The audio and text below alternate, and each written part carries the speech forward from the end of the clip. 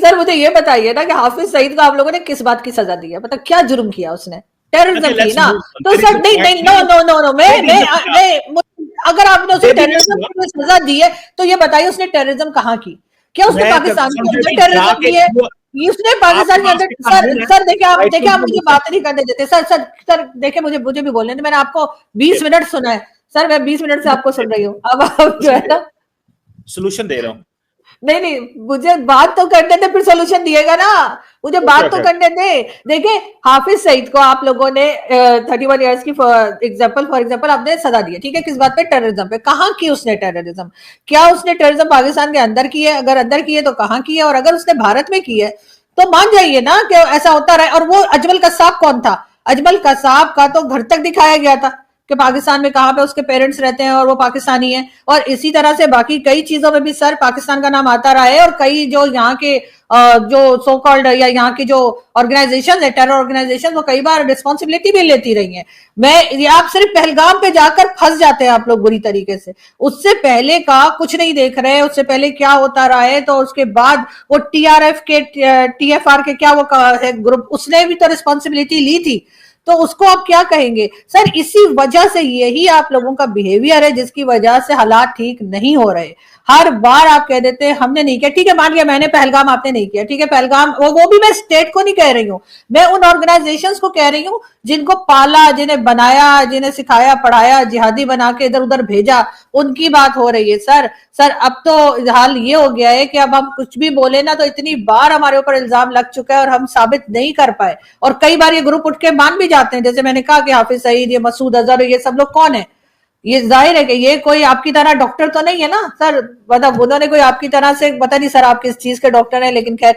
तो सर बात सारी ये है कि आप जिस दिन मान जाएंगे, चले दुनिया के सामने मत माने, मत कहिए पब्लिकली कैमरा के सामने या प्रेस के सामने, अपने आप में तो मान जाएंगे हमारे यहाँ क्या गलत हो रहा है। और उसके बाद अगर हम उस पर काम करेंगे, इस तरह के लोगों को रोकेंगे, काफी सारे इश्यूज अपने आप सॉल्व हो जाएंगे। आधे से ज्यादा प्रॉब्लम्स आपकी उधर ही भारत के साथ और दूसरी कंट्रीज के साथ खत्म हो जाएगी। इस वक्त अफगानिस्तान भी ये कह रहा है कि पाकिस्तान हमारे यहाँ टेररिज्म करा रहा है। और ये जो आप कहते हैं ना हमारे इतने हजार लोगों की जाने गई, सर उसको मैं मर्डर कहती हूँ। आपने कत्ल किया उन लोगों को, आपने उन लोगों की जाने ली है, आपकी अपनी गलत पॉलिसीज की वजह से उन लोगों की जान गई। और सर जो सुसाइड बमर होता है ना, जब वो कहीं जाके फटता है तो वो खुद भी मरता है, तो उसको ये नहीं कह सकता कि मैं विक्टिम हूं, मैं तो फटा था तो मैंने लोगों को मारने के लिए फटा था तो उन्हें मरना चाहिए था, मुझे नहीं मरना चाहिए था। सर ऐसा नहीं होता।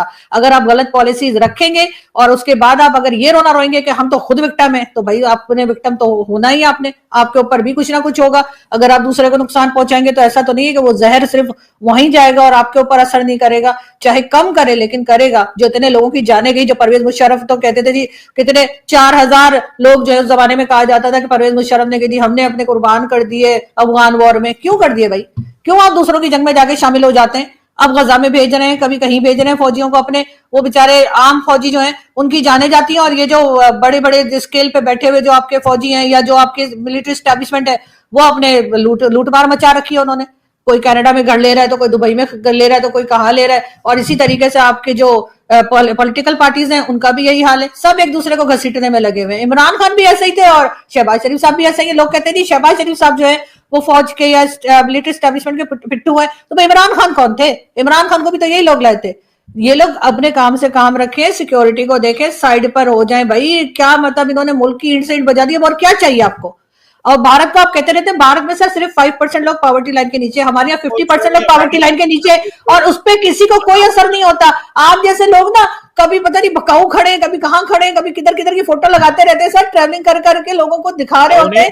और बकाऊ पता नहीं क्या सर, जो भी है अजीब सा। हाँ व्हाट्सएप की यही प्रॉब्लम है। अच्छा हाँ बिल्कुल सर, जो भी है। दरअसल प्रॉब्लम ये है, मैंने आपको कहा है कि स्टार्ट डूइंग रिसर्च। जब आप रिसर्च करना शुरू कर देगी आपकी जिंदगी आसान हो जाएगी। आप बार बार एक सवाल पूछनी है, भाई हाफिज सईद को किस कानून के तहत सजा हुई? बिल्कुल बहुत अच्छा सवाल है। Have you studied the UN Security Council resolution under which he has been implicated in Pakistan? Sir देखें मुझे इतना पता है। मेरा सवाल सुन ले and then मुझे have you read UN Security Council resolution जिनके तहत उसको पनिश किया गया? बिल्कुल सर, किसी और का पढ़ाओ ना पढ़ाओ, हाफिज सईद जो है उसका मैंने बहुत अच्छे से स्टडी किया, और सर गूगल करके किया, व्हाट्सएप पे नहीं किया जैसे आप करते हैं। लेकिन बात सर ये आप मानते क्यों नहीं सर, आप इतने टची क्यों हो जाते हैं हाफिज सईद पे, मुझे ये समझ नहीं आती कि आप ऐसे डिपेंड करने के लिए कूद पड़ते हैं कि जैसे पता नहीं आपका कोई वो नेशनल हीरो है, जैसे इस तरह से आप डिफेंड करने के लिए कूद पड़ते हैं। और जैसे मैंने आपसे पूछा, मुझे बताइए ना उसको किस लिए सजा मिली है, देखिए और छोड़ दे उसको। आपने अपने पिछले सर कितने 24 मिनट्स के शो में सर 20 मिनट आप ही बोलते रहे, इसीलिए मैं कह रही हूँ फाइल मुझे मैं लगा। जो मैं चीज आपसे पूछने लगो ना, आपको वो अगर आप कर लेना, यही तो प्रॉब्लम है आप लोगों का। आपको पता ही नहीं है यूएन सिक्योरिटी काउंसिल रेजोल्यूशन 1267 1373 जिसके तहत उसको इंप्लीकेट किया है, जाके पढ़े उसके ऊपर क्या चार्जेस हैं। आपको पता ही कुछ नहीं है, आप बार बार पूछ रही है किसके तहत किया। और दूसरी बात, डू यू नो मैंने कहा टेररिज्म पे किया गया है ना उसको, तो या कहीं बैंक में डकैती करता पकड़ा गया था, क्या कर रहा था, कच्चे का डाकू था क्या, कच्चे के डाकुओं को चला रहा था, जाहिर है टेररिज्म के ऊपर दिया है ना सर उसको, तो वो टेररिज्म कहाँ कर रहा था, मैं तो ये पूछ रही हूँ सर। आप बहुत काबिल आदमी है, मुझे कुछ आता नहीं, मैं तो आपसे पूछ रही हूँ कि उसको किस बात पे, उस मासूम से इंसान को जो कि बिल्कुल जिसे कहते हैं ना एकदम सीधा साधा भोला भाला आदमी, उसके चेहरे से नूर टपक टपक के गिरा होता है नीचे। तो मुझे ये बताइए कि उस मासूम आदमी को आप लोगों ने क्यों हाउस अरेस्ट किया हुआ है? जाहिर है कोई डकैती वकैती तो नहीं कर रहा था वो कच्चे के डाकुओं के साथ, टेररिज्म के ऊपर ही है ना, वो टेररिस्ट ही है ना, उसको जो यूएन ने लिखा हुआ है डेजिग्नेटेड टेररिस्ट है ना वो यूएन के उसमें लिस्ट में। तो फिर बताइए ना कि उसने टेररिज्म कहाँ की है, मुझे वो जगह बता दीजिए, क्योंकि वो कहीं लिखा हुआ नहीं है।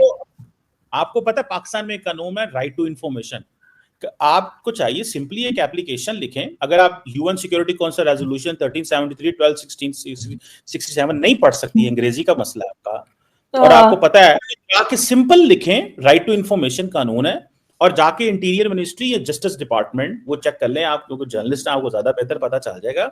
आप जाके पूछ सकती हैं कि ये बंदे को किस कानून के तहत सजा दी गई है, और आपको वहां से जवाब मिल जाएगा।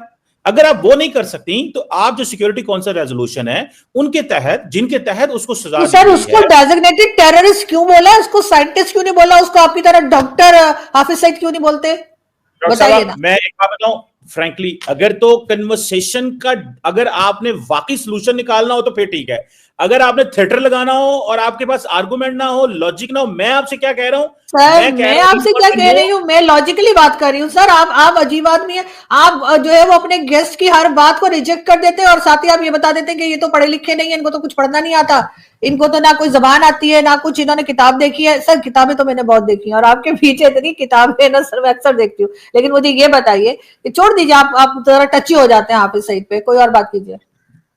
मैं सिंपली एक जो आपको मैं बात बताना चाहता हूं, यूएन सिक्योरिटी काउंसिल रेजोल्यूशन पढ़ लें, आपकी जिंदगी आसान हो जाएगी। अच्छा। उसको क्यों सजा मिलेगी, ताकि आप अभी आप जाएं जाके गूगल कर लें इस शो के बाद। सर मुझे इतना भी पता है कि उसको डेजिग्नेटेड टेररिस्ट भी लिखा हुआ यूएन ने, तो मुझे जो है वो आप ये ना बताइए कि वो बेचारा एक क्या कर रहा था, वो क्या मतलब किस ऊपर कोई एटम बम बना रहा था वो, जिसपे उसको पकड़ लिया। आप ये बताइए ना डेजिग्नेटेड टेररिस्ट क्यों बोला जाता है उसको यूएन का। क्या छोड़ दीजिए आप हाफिज सईद में सर, आप पूरी लाइफ भी लगे रहेंगे ना तब भी आप हाफिज सईद को नहीं समझ पाएंगे।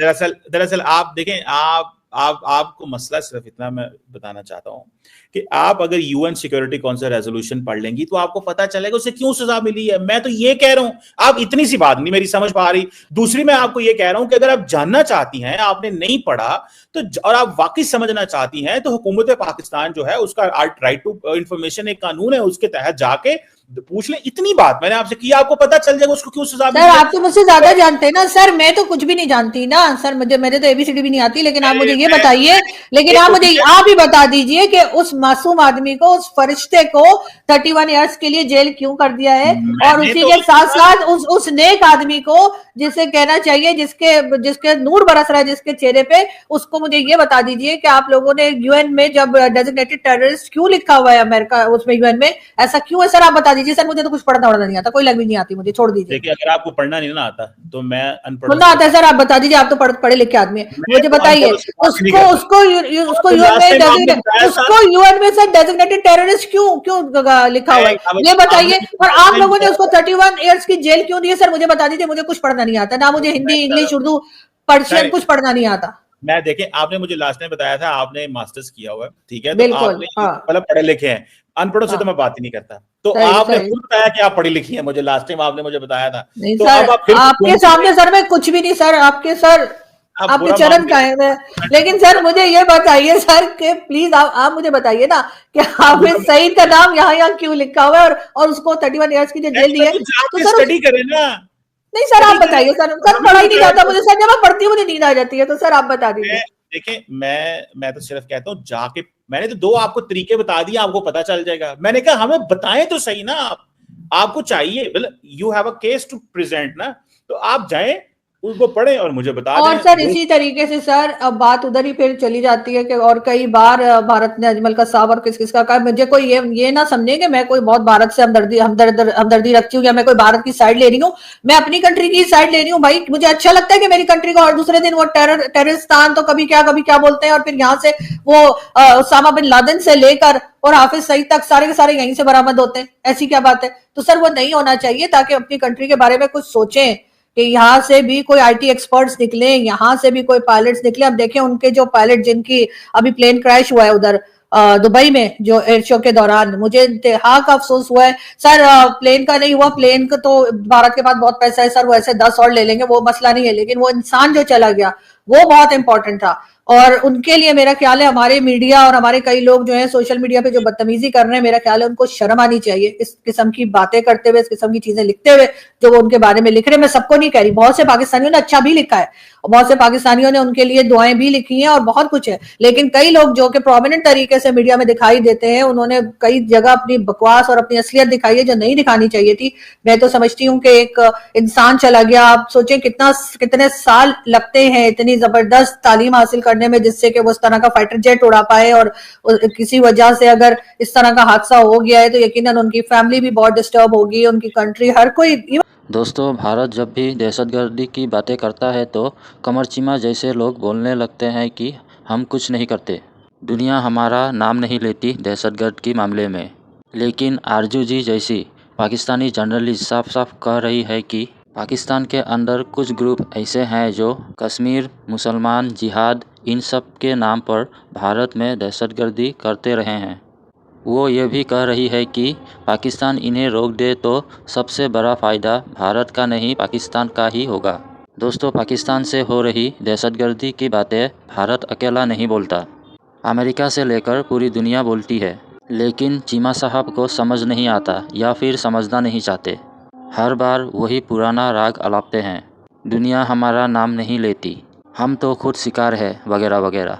दोस्तों, तो फिर ये जो मुंबई हमला हुआ था, उरी हुआ था, पठानकोट, पुलवामा, ये क्या मजाक है? किसने करवाया था? दोस्तों, आरजू जी पूछ रही है कि हाफिज सईद को 31 साल की सज़ा किस टेरर के लिए दी गई।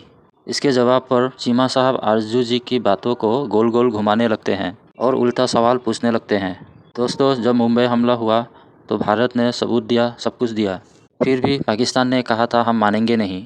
जब तुम खुद मानना ही नहीं चाहते तो दुनिया तुम्हें क्या समझाएगी, क्या तुम्हारा नाम लेगी? दोस्तों, जो अपने घर में सांप पालता है तो सांप उन्हें भी डसता है, और आज वही हो रहा है, उनके पाले हुए सांप उन्हें ही डस रहे हैं।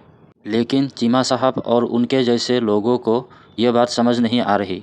दोस्तों, भारत के खिलाफ खेल खेल कर आज पाकिस्तान की हालत ही ये हो गई है कि उनके अपने ही लोग दुनिया में शक की नज़र से देखे जाते हैं।